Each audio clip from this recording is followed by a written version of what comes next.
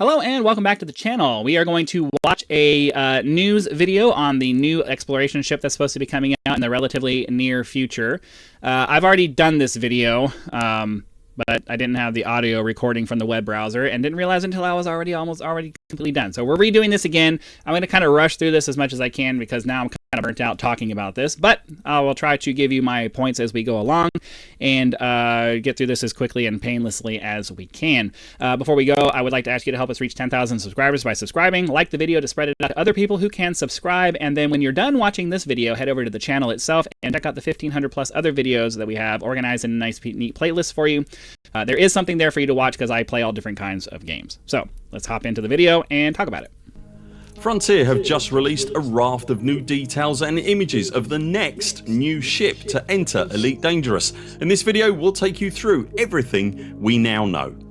The Frontier Unlocked monthly live stream just wrapped this evening, and after a slew of revelations were let go, I'm very pleased to be able to tell you that not only do we know what the new ship looks like, but also now know what it's called, how big it is and what purpose it serves.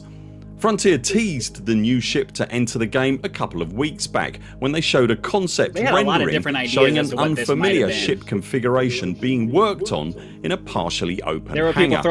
As you can imagine, at the time speculation ran rife on what this ship could possibly be and what it would be used for.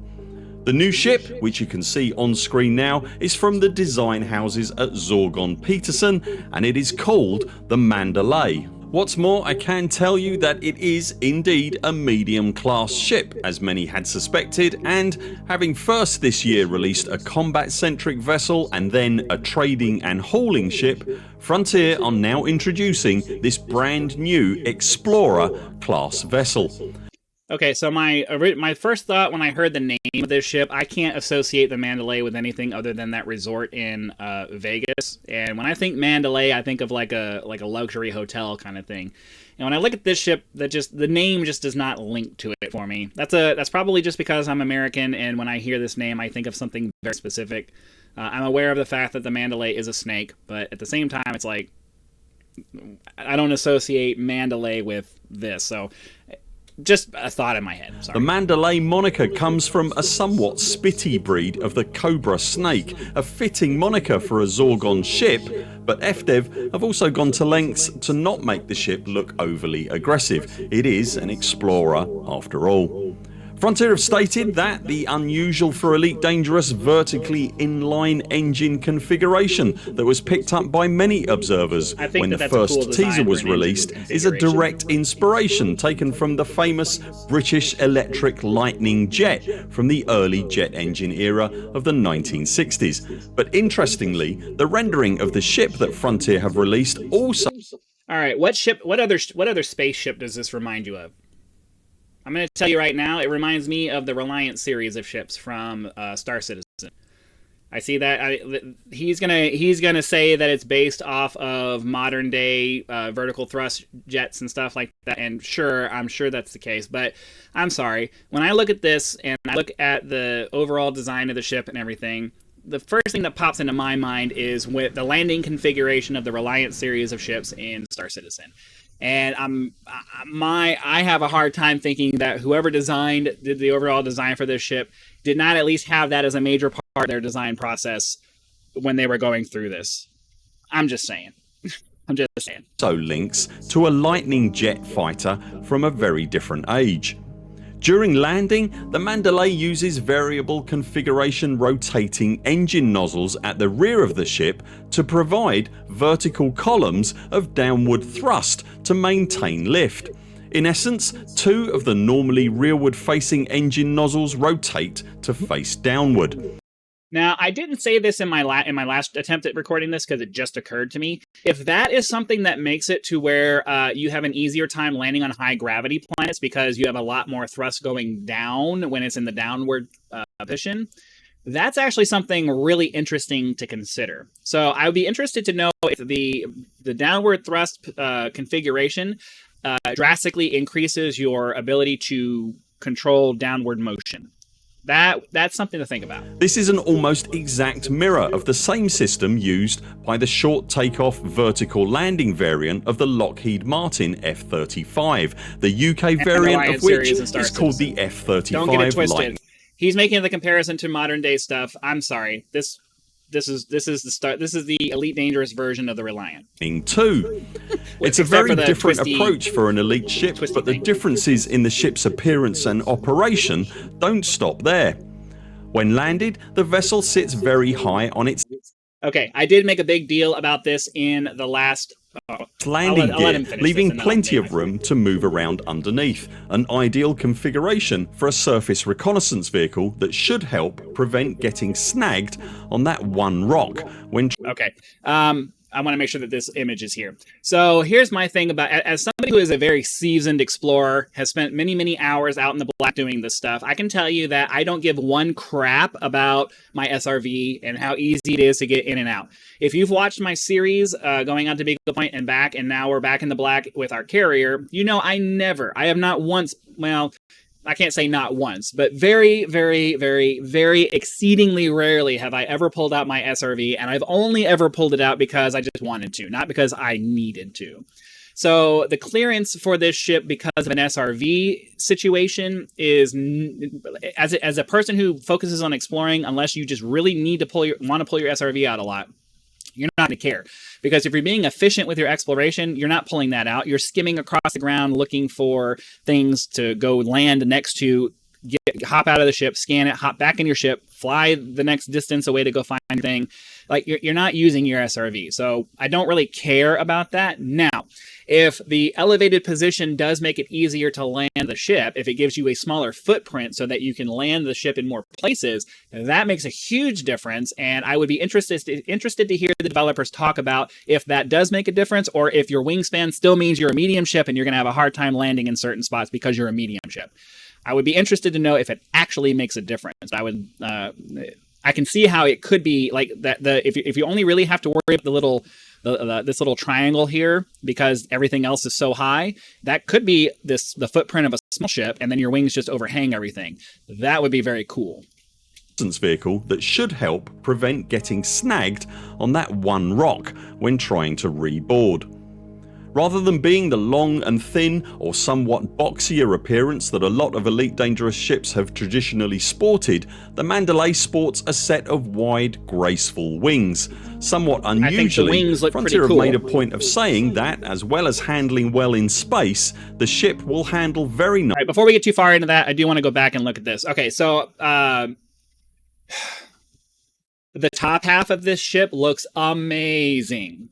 It looks amazing. And then they ruined it with the bottom half of this ship. On looks alone, I wouldn't buy this, because the bottom half of this ship, like if they just cut off the bottom half of the ship and then brought the legs up, this would be an amazing looking ship. But the bottom half, whoever decided that this bottom half of the ship, the way it is now, was appropriate for this, you completely ruined the visual of this ship for me. It could have been so cool, and then you stuck this ugly, crappy thing on the bottom of it.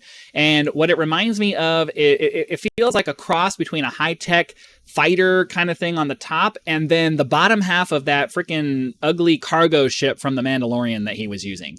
Like, that's the visual I have in my head. So the top half looks awesome. It seems like a really perfectly designed ship, and then they just cram some crappy boxy thing on the bottom.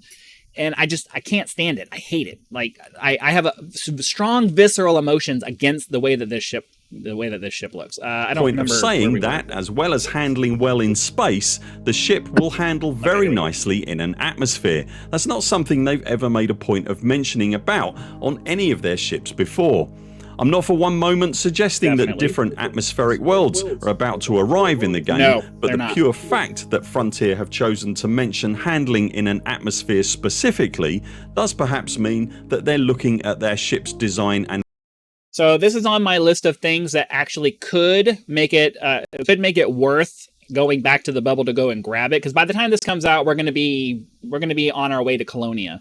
Actually, if it's available in Colonia, I might be able to buy it out there when we're out there. So something to keep in mind. I just thought about that. But anyways, the point is, are we going to would we make a long trip to go pick this up? And this, if it actually has a meaningful, noticeable, serious difference in an atmosphere as compared to the other ships because of the wings or whatever, that's a serious point to consider as a person who's done a lot of exploring, because if you're more maneuverable and have a lot more control when you're trying to skim the ground or, slow yourself down to get to the ground, or if it just gives you a lot more control in a close to the ground environment, that is a critical thing that makes a big difference in survivability and things like that. So it'd be a good thing to know how much of a difference that makes. To further lean into that idea, FDev have also said that the new vessel will have downward-facing spot lamps to better illuminate the ground around them on darker worlds, specifically to aid the explorer when landing, and the landing ramp of the ship has been specifically... If you're not walking around with night vision on your suit, then you're doing it wrong.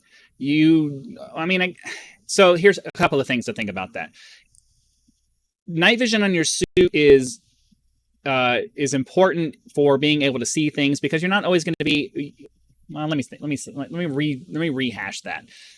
I'm thinking about that from a mercenary perspective, so that's not necessarily correct. Realistically, if you're landing in the dark, then you're doing it wrong. You should be landing on the light side of a planet to begin with, because trying to find this stuff in the dark is a pain in the butt to begin with. Then you're going to try to get on the ground and run around and go find. No, you go around to the light side of the planet, you land, and you find everything, or you get down to the ground, you find the stuff on the ground, then you land next to the thing you're going to sample. It's daytime, you can see what you're doing. You have control over where you're landing. So if you're landing in the dark, you're doing it wrong, and there's no reason to. They should have the lights. I'm not saying they shouldn't have the lights, but pointing it out as a key feature. Any explorer worth their salt is not landing in dark spaces. That just doesn't make any sense. You're going to land on the light side of the planet or body or moon or whatever it is that you're doing, land right next to your sample, grab your sample, skim off to the next one. I want to hear things that are talking about making that easier, not lighting things up, because either you have night vision on your ship, or if you really want to spend a lot of time doing stuff in the dark, you're going to make sure that your suit has night vision on it. So lights on the ship, don't really care. Placed in the central forward-facing position so that what you see in front of you when you emerge from the ship is what was in front of you when you landed the ship. It's a small detail in the grand scheme of things, but it is a small pet peeve of mine. It's difficult to get a handle on numbers of hardpoints or indeed their placement at this early stage. Although these aren't so important for an Explorer class ship, we think we can see at I'm going to tell you, it isn't that it isn't so important. They have zero importance. If you're going out into the black, you're not bringing a hard point at all with you. You're going to have all of your hard points empty, because that's just dead weight you're carrying that's reducing your jump range. So obviously it has to have hard points, but to be perfectly honest with you, from an explorer's perspective, I don't give one crap how many hard points, what sizes they are, anything, because if you're bringing hard points with you, you're doing it wrong.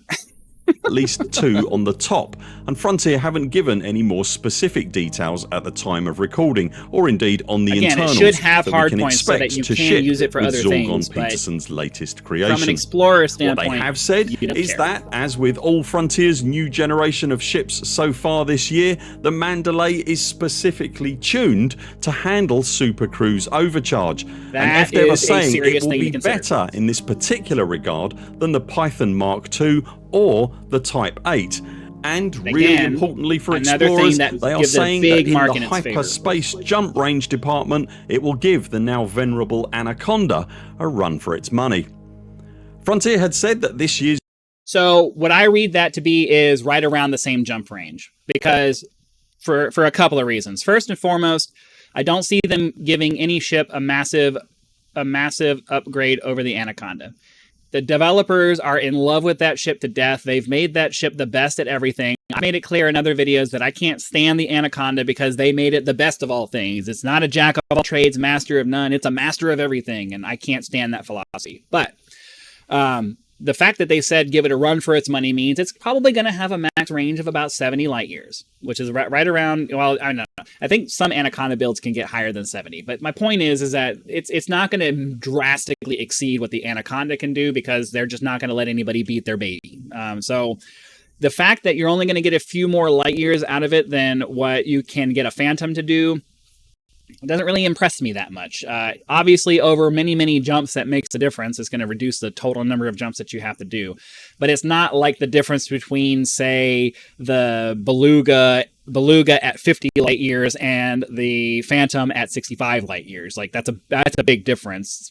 65 to 70, 65 to 72, whatever it ends up being, not that big of a difference. His new ships would be variants of existing. And frankly, if you're taking an Anaconda out in the black, you're going to load it down with stuff. You're not going to, like, the whole point of doing that is you're going to load it down with stuff. So obviously, I understand that there are some Anacondas that can go out there and get, I think, 80 plus light years or whatever, but you're not bringing anything with you when you do that. So the whole point of bringing a big ship is so you can bring some fighters and you can bring some stuff and you can bring some toys with you. That's the whole point, and that brings the jump range down to about 70. Ships. The design lineage is very apparent in the Python Mark II, but it's only really in the Type 8 cockpit that the variant idea shows its DNA. The rest of the ship is very, very different from anything we've seen in the game before. The same can be said again for the Mandalay Explorer. Zorgon Peterson's reuse of their existing tech is only really apparent in the cockpit, which has come direct from the Mamba. If the cockpit from the Mamba follows all the way through, then that would also make the Mandalay a two-seater ship. I have a Mamba in my fleet carrier just because I want to be able to take it out and fly. A lot of explorers favour use of a ship-launched fighter to help facilitate rapid reconnaissance of a planetary surface, but until FDev confirm either way, we'll have to see. That's a waste of time. That's a waste of time. If your ship isn't capable of, if you haven't engineered your ship to the point where it's capable of skimming the surface and looking in things and all that stuff all by itself, then you're doing it wrong. My Phantom, I can fling that thing around as long as I'm not being too insane about it in pretty crazy ways, and it's fine. And as long as it has shields on it, so if I ding a thing every once in a while, it's not that big of a deal. Taking the time to launch a fighter, go fly, and then have to come back to my ship, and like, you're not going to do that. You're not going to waste the time doing that, except for the, hey, I'm bored, let me do something different kind of thing. So a ship launch fighter for an explorer, because the fighters can't land and I can't leave my ship up in orbit and bring my fighter down to the planet and do all of that stuff, because it can't land and give me the benefit of an extra small landing platform, I don't care about a fighter. Is SLF capable or not? The rearward facing surfaces of the wings have a very distinct aileron feel to them, the same as a traditional aircraft, and even appear to be hinged, so it's possible that these may move during atmospheric manoeuvres at the very least.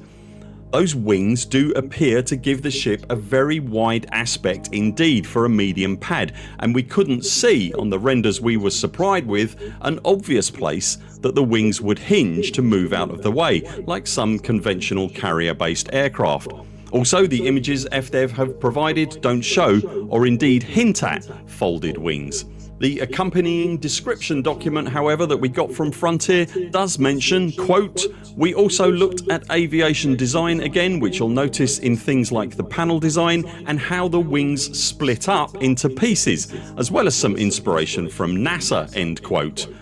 The nearest comparison medium ship is, for obvious reasons, the Mamba, and when you overlay the two ships and resize using the cockpit canopy to judge scale, it does appear that the Mandalay is too wide for a medium pad. We have obviously had to assume that the cockpit isn't being rescaled for the Mandalay and is exactly the same size, but until we can confirm either way, it makes for a compelling comparison at least. My guess right now is that the ship itself is just wide enough to fit on the pad, which means that they probably did do a little bit of rescaling to make it all fit there. My initial thought was that they're not going to go into the process of trying to figure out how to fold the wings up or whatever it is that's going to make it land. But then again, they went through the process of figuring out how to fold the engines down. So I guess it's not too much of a stretch to think that maybe the wing tips, maybe there's some like some kind of wingtip folding that would happen to make it so that it fits in the pad or whatever. So I don't know. It's certainly possible that there's some kind of folding wing going on here. I would be surprised if they go that far in the design of all of this stuff and the programming and everything. But you know, They're folding the engine, so there's always a chance that they're folding the wings. I'm not gonna write it. I'm not gonna straight up say no, but I'll be surprised have said that the ship is arriving with Powerplay 2.0 in October. The eagle-eyed amongst you will note that Powerplay was originally scheduled for a September release, but having checked with Frontier, I can confirm that a slight delay has indeed been introduced in. Okay, that's probably a good thing because assuming we can maintain, you know, right around 3 jumps per carrier, we should be arriving in Colonia sometime around in the October area, which means that we can head to the station there. And if I remember correctly, the station over there has all of the ships as well. So maybe we'll be able to pick one of those up when we get out to Colonia. Into the Powerplay release schedule to make sure that the feature is absolutely ready to ship to the player base. The rest of the ship's design, featuring graceful gull-like wings, deep verticality to the hull and that innovative lift system, are unlike anything else we've ever encountered in Elite Dangerous.